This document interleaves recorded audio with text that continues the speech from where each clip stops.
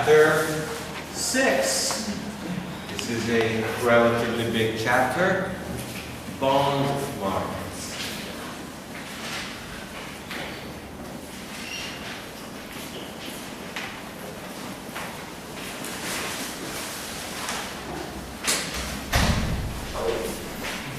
Actually, the biggest markets in the world are the bond markets. So they are by far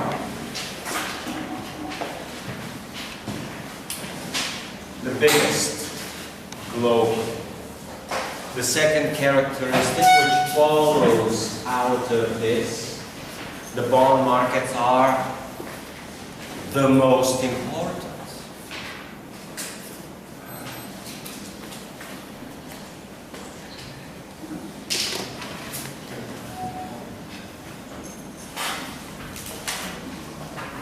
Somehow people follow the stock markets and think that the stock market is important. The short answer is no, not so important. The stock market is too small, too insignificant.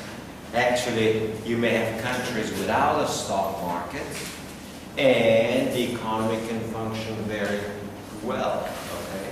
It's the bond market that really matters. In other words, what matters most in an economy are the capital markets. So now we're getting to a brand new thing, capital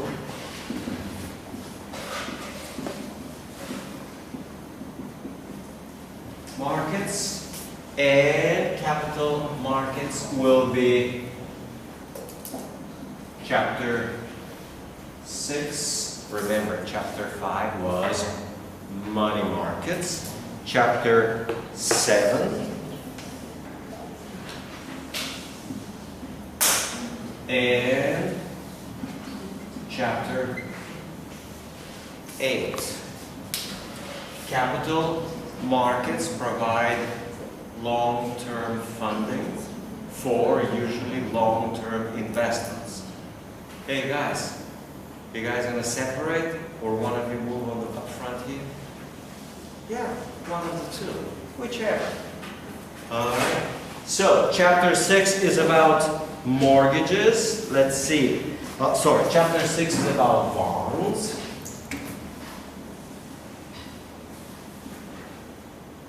Chapter 7 is about mortgages, and chapter 8 is about stocks, and that's what we're going to be going over the next so many weeks. Okay? So, capital markets are about capital expenditure.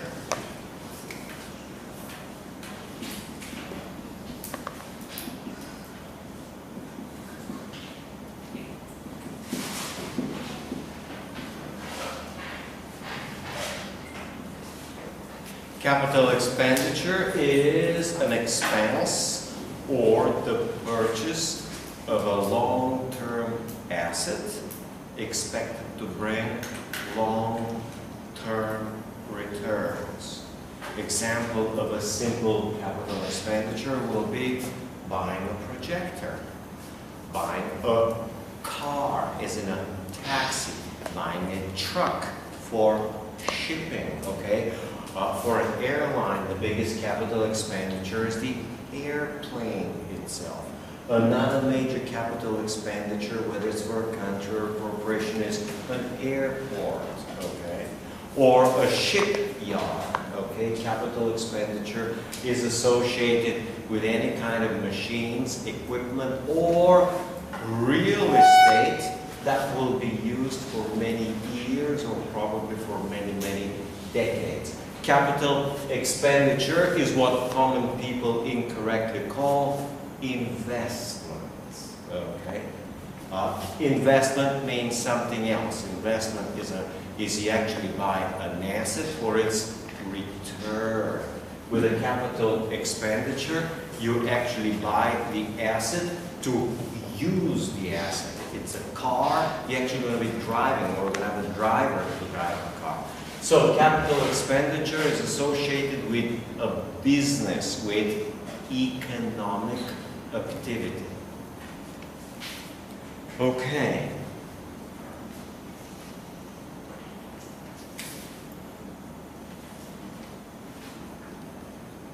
So back to the bond.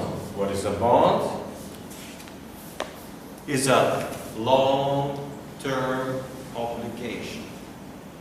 That's it. Long-term obligation, if you want to add, issued by corporations or governments. That's all.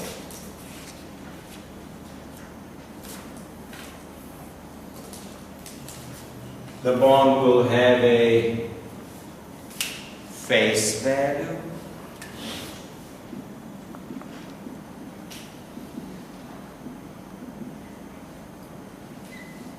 usually 1,000, but it could be 1,000,000. It's usually a nice, beautiful round number, 100,000, 1,000,000. Okay, and it will have a coupon and coupon rate.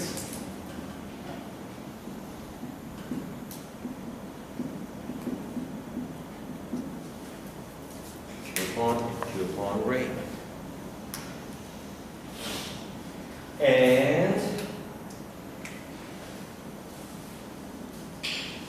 there are many ways to classify bonds, but the most common one is into, let's see, treasury.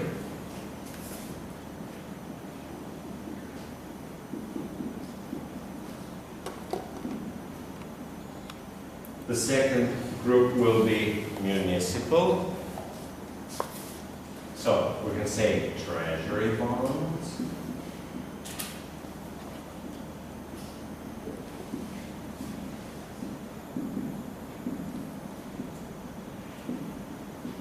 Municipal bonds. And the last one is corporate bonds.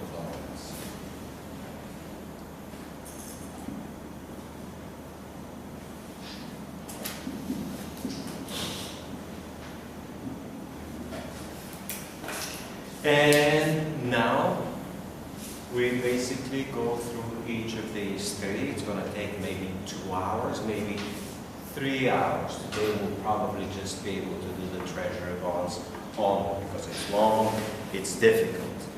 Okay, beginning with the treasury bonds, we've clarified that the bonds will fall into 2 categories. We call these T bonds and treasury or T notes.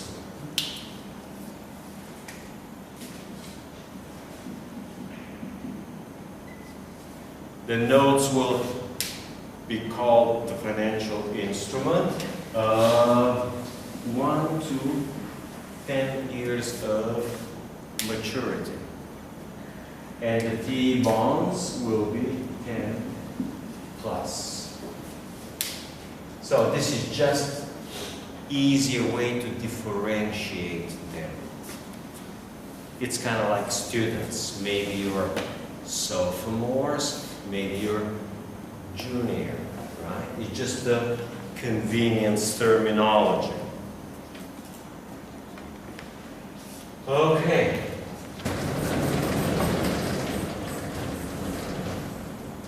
That will be section number 2.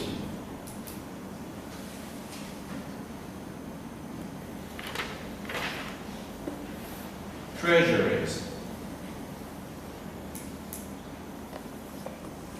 I already explained they could be notes, they could be bonds. They're issued by the central government.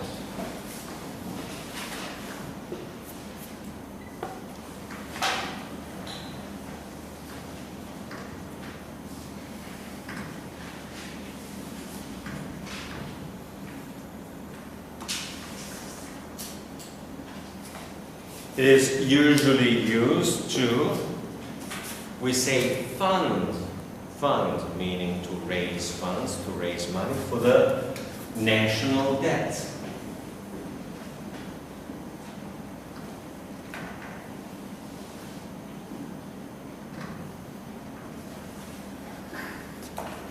Governments are in the business of spending money. That's what governments do. Governments are always short on money, and governments borrow. The amount of money that they borrow each year, or the amount of money that they spend more than they get. So let's try to do this now. You have government revenue, government revenues, the amount of money that the government collects from people, businesses, and everybody else. Then we have government expenditures.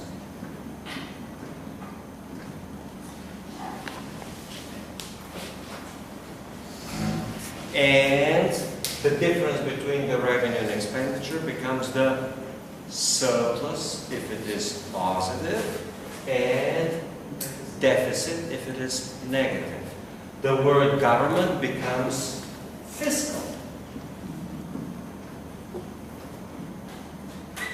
Fiscal means of the government becomes fiscal, almost always deficit, and rarely a surplus. The fiscal deficit is for 1 year or for 1 period.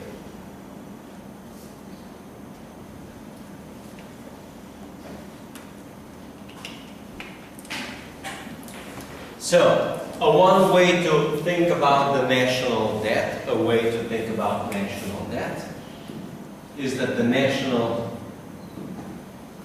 debt is all the money that you owe, and that will include the deficit of 2000, let's say 15, last year, plus the deficit of the previous year,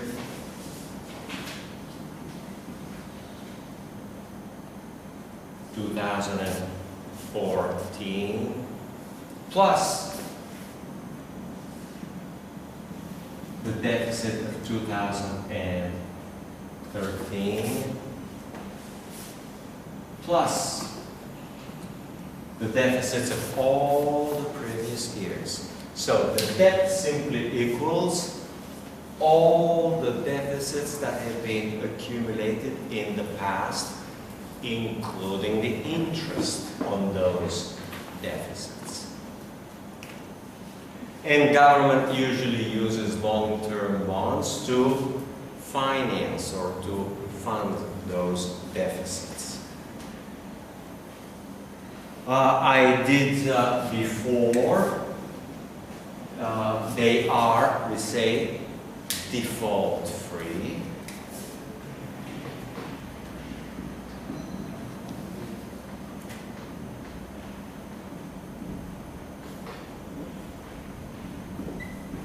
Now it's important to understand, and that's very tricky. It's important to understand. They have no risk of default. Here's the thing. For the U.S. government, issuing in U.S. dollars. Now, for the government of Nigeria, issuing in U.S. dollars, they have a high risk of default. And the government of Nigeria loves to default. Yeah? Now, for the government of Mexico, issuing Mexican government bonds payable in U.S. dollars, also have a lot of risk of default because the Mexican government cannot print dollars. So when they run out of dollars, they go bankrupt. So the Mexican government has also gone quite a few times in default.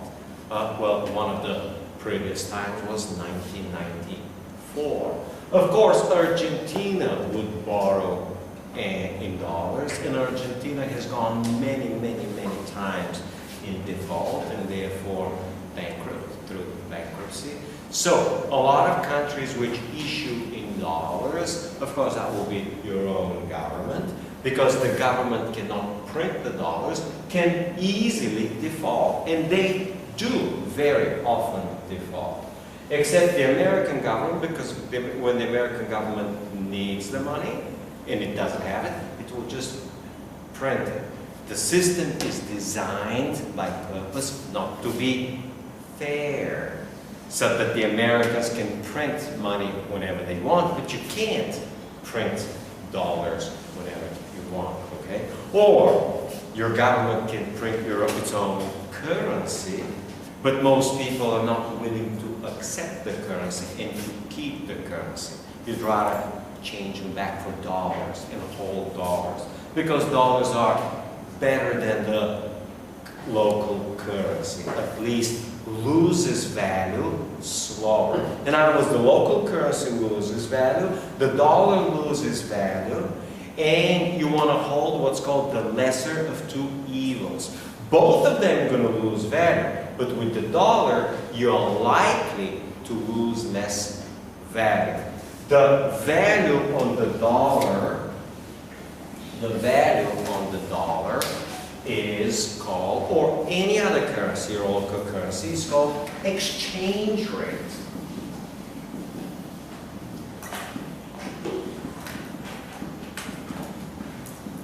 The exchange rate of the local currency recently was about 4,000 to the dollar, okay?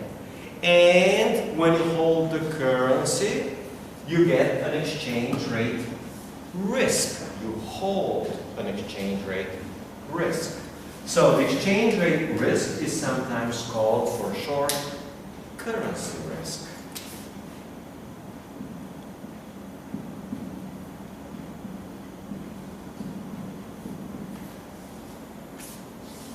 Okay?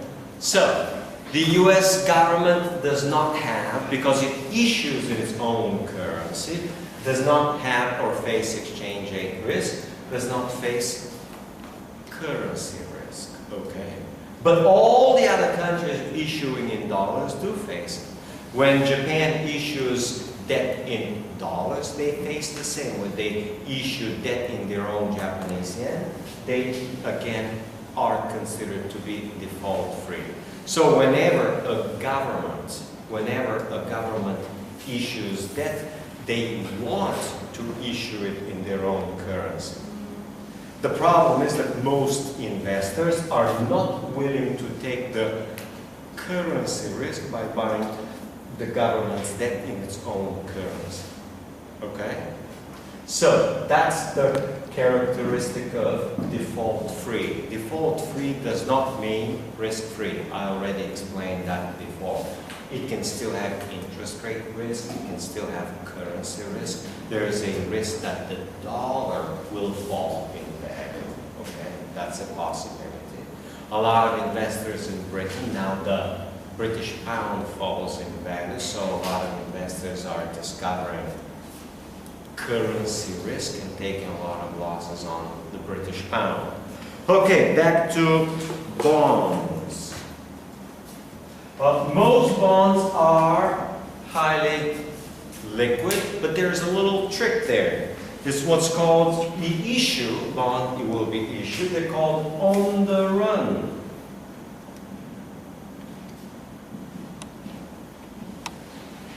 On the run issues, and the other one will be off the run issues.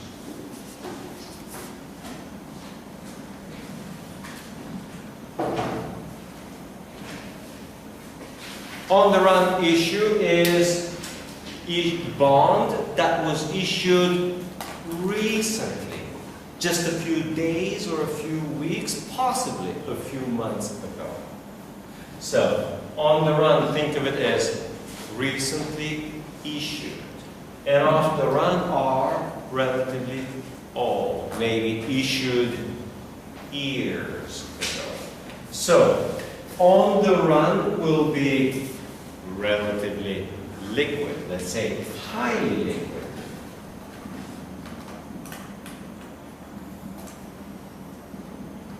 Mostly because they're in demand.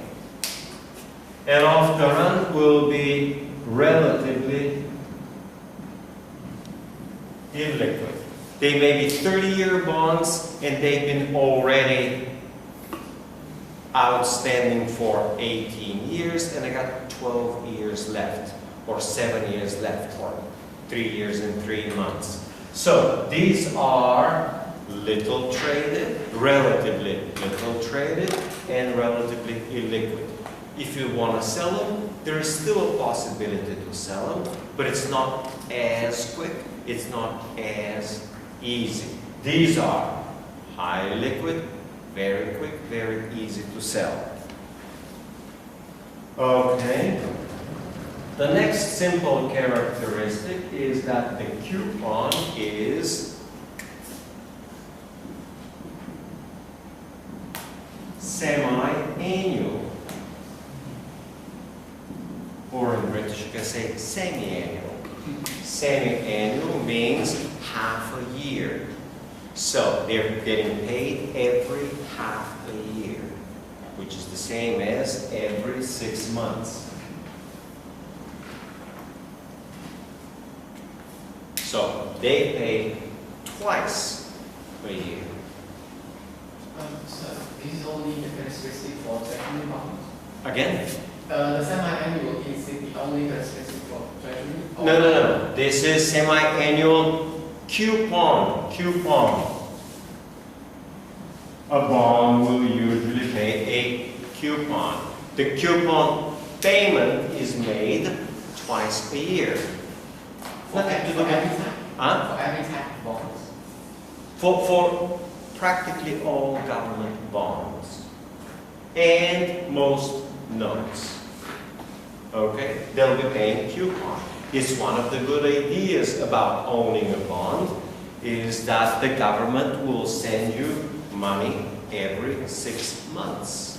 So if you're retired, you may have $1 million invested in government bonds. Every 6 months, the government will be sending you some money. Let's say at 5%, it will be sending you for 1 year at 5%. It's going to be what, 50,000. So every month, it's going to be sending you maybe $4,000 every month.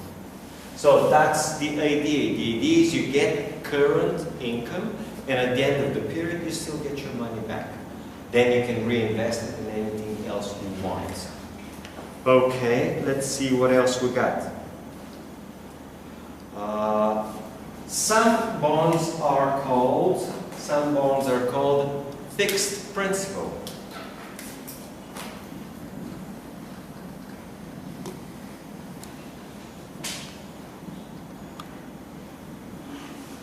You will basically, the face value is 1,000 and you're going to get 1,000. That's it. Doesn't matter what the inflation rate is. And other bonds will be inflation protected.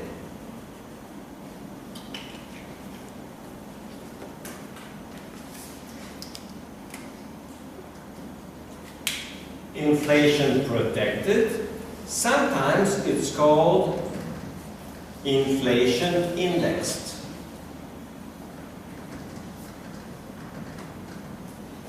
The interest or the principal, or maybe both of them, will be adjusted for some inflation index. Usually when inflation begins to run very high, because the government prints a lot of money, investors begin to lose money and begin to lose confidence in the government, which happens all the time around the world. There's governments like Mexico, Argentina, okay, which are not trustworthy, not reliable. The government likes to print money, people lose money, they lose confidence, and the government begins to promise some indexation. In other words, they're going to compensate you for inflation. So they devise an index, inflation index to protect people. Well, here's the next thing. The governments usually fool people into thinking that they get protection by inflation because they say, oh, we give you protection for inflation, but people don't look into how the index is calculated. So that the real inflation may be 10%, but when the government calculates it, it includes a table and a piano, okay, whose price did not go up. They don't include things like gasoline and electricity and rice and bread, things that people. So the government calculates inflation at 5%, but the true inflation is 10%. And a lot of people get fooled into thinking that they have protection against inflation, when in reality, it's only a small, partial protection. And that's the way the game is played. The trick is again the same, to screw the investors. Okay, that's what the government is doing. So every gain for the government is a loss for the investor. Remember, the opposite is true. Every gain for the investor is a loss for the government.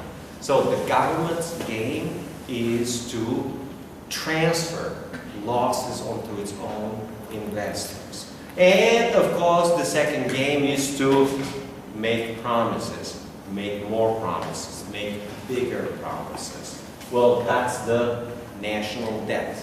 The national debt is simply promise. Trust us, we'll pay you more in the future. Maybe.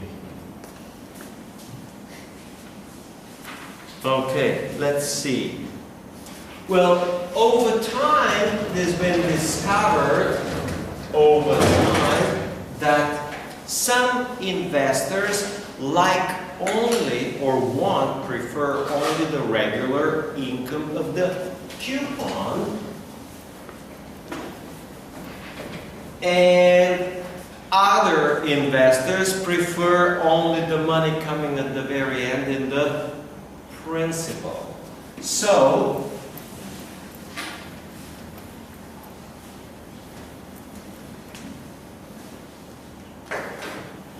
some people want to get the bond, collect the interest, and then collect the principal at the very end.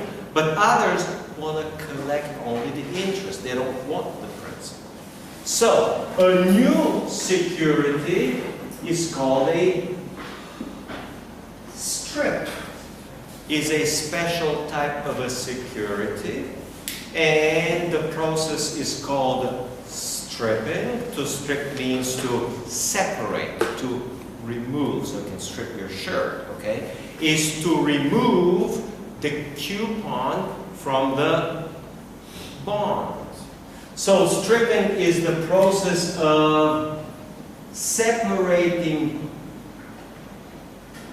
coupons and packaging them. So you separate, you take all the coupons and you package them in one package, and separately the face value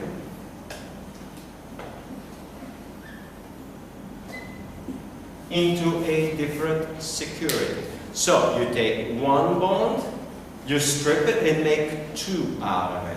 One only for the interest payments and another only for the face value. Some people will prefer only the coupons and collect the coupons only. Others will prefer only the face value.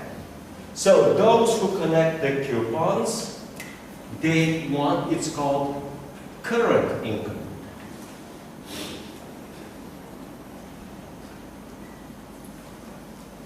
Think of an old retired person. He saved some money. He cares about getting every 6 months current income. And the face value, for example, could be a 10-year bond or a 20-year bond or 30-year bond. You don't get anything, and after 20 years, you get the face value. So this is for true, real, long-term investing. So the purpose here is actually investing. So when you strip the coupons, they call it, let's see now, Treasury Zero Coupon Bonds.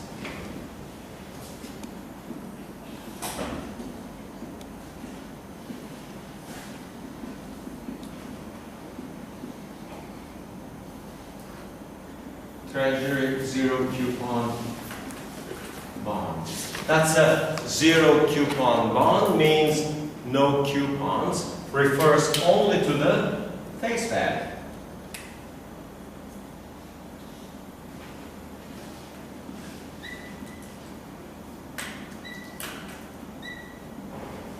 So, the portion that contains the face value we'll call Treasury Zero Coupon Bonds.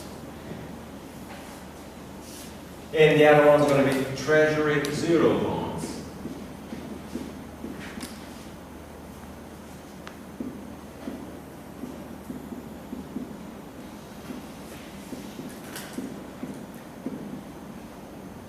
Treasury Zero Bonds are bonds that pay only coupon. Zero refers to no face value. No face value means coupon only.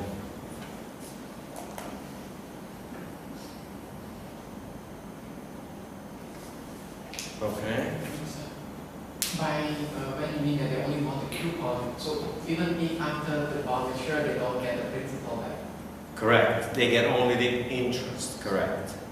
And for the face value, will they have any return for if they only want the face value back? Okay, well, let's try to do this. Again, I'm picking number for you to understand. If you're buying the, let's say, the face value only, you may actually pay $500. Let's say do this. $400 for the face value. You get zero interest all the time. And for the 400 face value, eventually you're going to get a face value of 1,000. Now the interest payments, let's say 30 years of interest payments, there's going to be a lot of interest payments. Another investor will pay about 600. So you didn't actually pay 1,000. When you pay 1,000, you will get $600 worth of interest over these 30 years. And at the end of 30 years, you're going to get only $400 of face value. You get paid 1,000, but when you take the present value of 1,000 today, is only 400. So, when you bought only the face value, you paid only for the face value. You did not pay the full price. And when you bought only the coupons, you paid only for the coupons. You didn't pay for the face value. Okay? Well, now the question is, who does this? Originally, and now it's done by an investment bank. And if the bond is worth, let's say, 1,000, and the value is 400, the investment bank will strip it for you, it will package it, and it will sell it to you for 402. And when it strips the coupons, it will sell them for 603. Okay? And the difference between what the investment bank will purchase it and then sell the stripped parts, okay, will be the investment bank's profit over those years. So that's what the investment bank is doing. Now let's see again your question. What's the question again? I just want to know the return for the investor if they want to purchase these two types of bonds. The return will be usually the same. It's the question is not how much is the return, is when it comes over time. If you are, let's say, a pension fund and you gotta make payments now, you will purchase the coupons only and use the coupons to make the payments. If you're a pension fund and you have young people and you don't have to make any payments, then you're gonna buy only the face value. The return is always the same, maybe 6% or 3%, whatever the return on government bonds is. The only difference is how you spread the payments over time. That's the only difference. In other words, some people prefer the current payments and they don't want the big face value at the end. And other investors prefer the opposite. They say, I don't want the... For example, think of it as me. I have a current income, I have salary, I have all the other things. I expect to retire in 20 years, okay? And if I invest in a bond, I don't need the interest. I don't expect to spend the interest. So when I buy a government bond, I would prefer to buy only the face value for 400, expecting 20 years from now to get maybe 1,000 back that the government will not default. So different people have different maturity preference. Let's write it out. Maturity preference.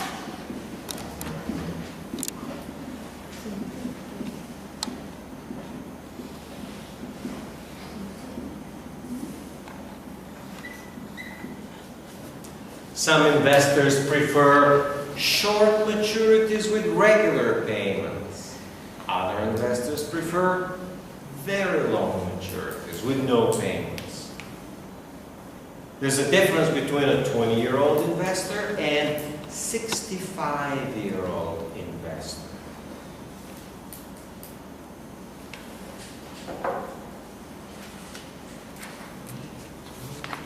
Okay. Maturity preference is determined or dictated in finance. You should have studied. You studied duration. Duration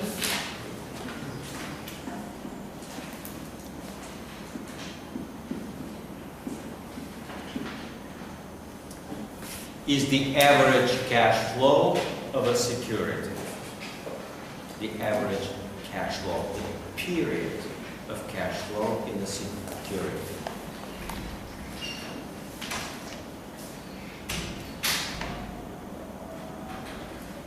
So, some retirement accounts would want to have only the face value. Some insurance companies would want to have only the face value. They want to invest long term. Pension funds will also want to have the face value. And some use these also for what's called hedging interest rate risk. I don't want to get into that. It's too complicated. Okay, the next concept is that of accrued interest.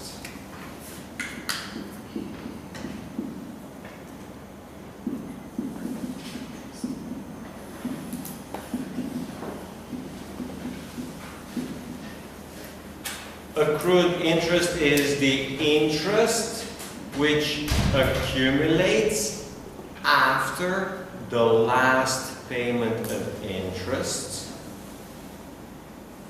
until the point of sale. So let's draw a picture. Okay, we'll keep the picture like this. So think of it, payments are made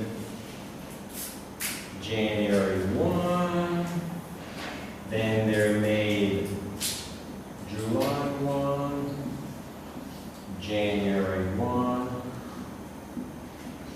July 1. So, there's an interest payment over here and an interest payment over here. Let's say the coupon rate is 3%. This is a semi-annual payment. So the payment will equal to $30. So every 6 months the bond pays $30. So every year it pays $60, about 6%. And now the bond is sold, let's say, March 1. When you sell it at March, this means that you held it for 2 months. So you will earn some interest. In other words, you purchased the bond, last time you collected your interest in January 1, now you sell it in March 1, and in March 1, you still earn some income, but it's not paid. You earn interest, but it's not paid. Well, how much interest is earned until March 1? How much interest? Anyone? Any guess? Huh? Is it? Is it 15? Well, let's try it.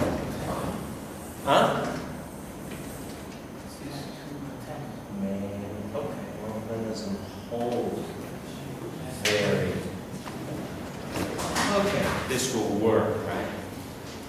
So, let's do this.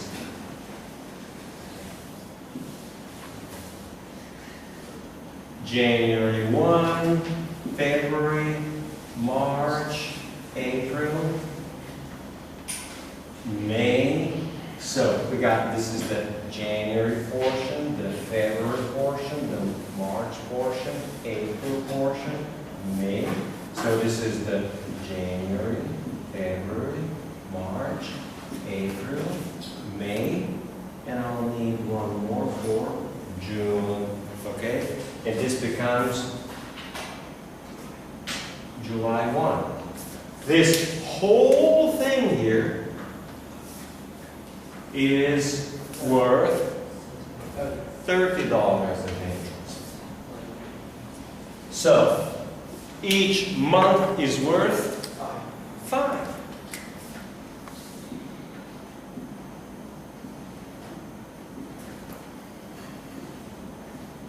So if you sell in February 1, the accrued interest is 5. If you sell in March 1, the accrued interest is 10. If you sell in April 1, the accrued interest is 15. If you sell in, let's try this, June 25, the accrued interest is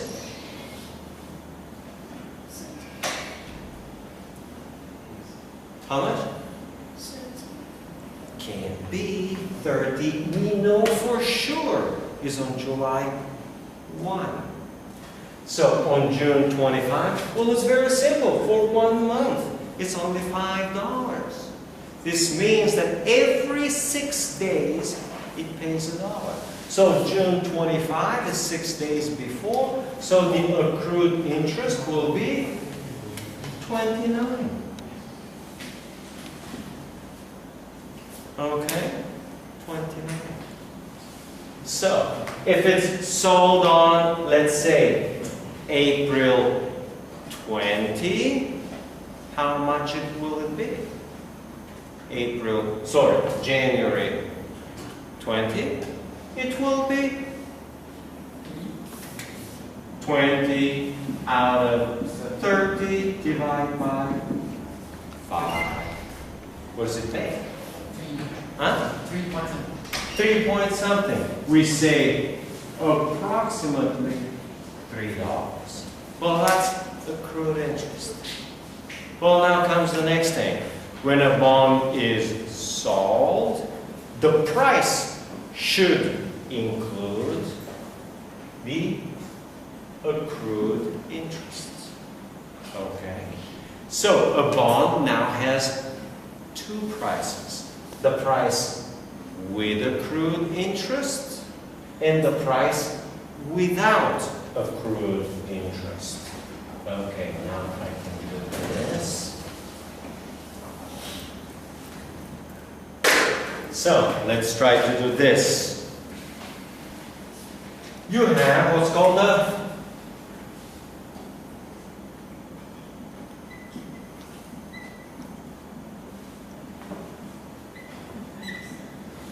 full price is the price of a bond which also includes accrued interest.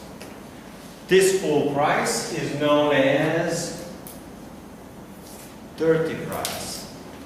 That's how I like to call it.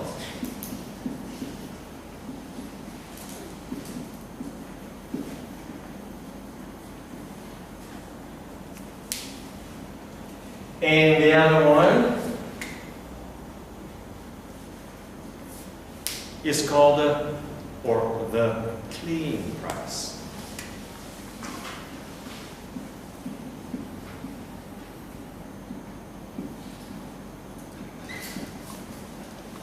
Okay. And the difference between the dirty price and the clean price is the accrued interest. Now, a different way of saying is that clean price plus accrued interest gives you the dirty price.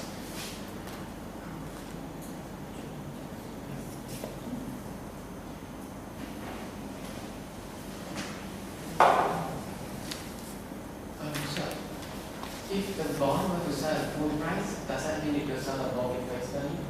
Again? If the bond were to sell at full price, does it mean that it will sell above the face value? Because it includes the accrued interest. I don't understand the question. If the bond will, again, you gotta explain, I don't understand the I question. mean, the full price is the price that includes the accrued interest. Yes, the full price is the clean price plus accrued interest. So it includes the accrued interest. By clean price, what does it mean by clean price? Clean price means price without accrued interest. That's what it means. It's the price on the day of interest payment. Which is the same as saying is that when the accrued interest is 0. There is no accrued interest, or the accrued interest is 0. That's the meaning of that. That's just the word's meaning. Means clean means no accrued interest, or accrued interest equal to 0. Dirty means you include both. So we would like to know that when we want to sell that bonds, Yes. we pay for they pay for the full price or clean price. You always pay the full price. There's no stupid seller to ask for the clean price. Now, here's the trick. When the bond is quoted, and that's where it comes, when the bond is quoted, when the bond price is given, they will quote the clean price. That's the clean price which they quote. But if you buy it today, you calculate interest from today. But if you calculate it 3 days from today, you calculate the full price 3 days from today. Do you understand now what's the difference? The difference is that when they tell you the quote of the bond is so much, they tell you the clean price. And everybody understands because the quotes will be probably close to the same for the week or for the month. So depending on how many days of the months pass, you will calculate the full price by adding the accrued interest separate. So now here's the problem. If the quote is the dirty price, this means that every day they have to change the price to everyday adjusted accrued interest. And that's too much hassle. But when the actual price, so we can call the full price, the dirty price, this is going to be the actual price. The actual price will include the accrued interest.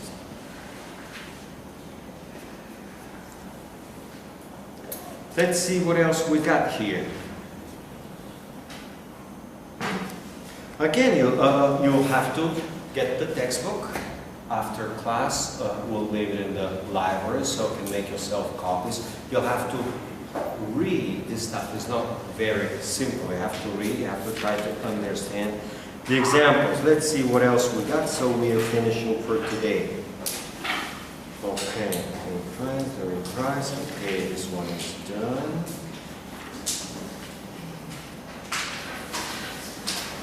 Well, how they're sold depends on the particular government. The US will sell it one way, the German government will sell it a different way, the British government will sell it a third way, and maybe the Japanese government will sell it their own way. But the general idea is that the government will announce a sale of securities. They'll be issued on a particular date, and usually they'll give you what's called an auction. If you want to buy, you tell them how many you want to buy and maybe what kind of bid, competitive or non-competitive. And they'll have the auction to be completed a day before they actually will give you the bond and you give them the payment. So let's see what else we have so I can complete.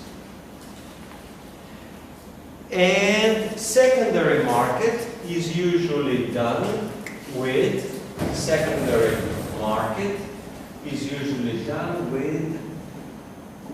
bond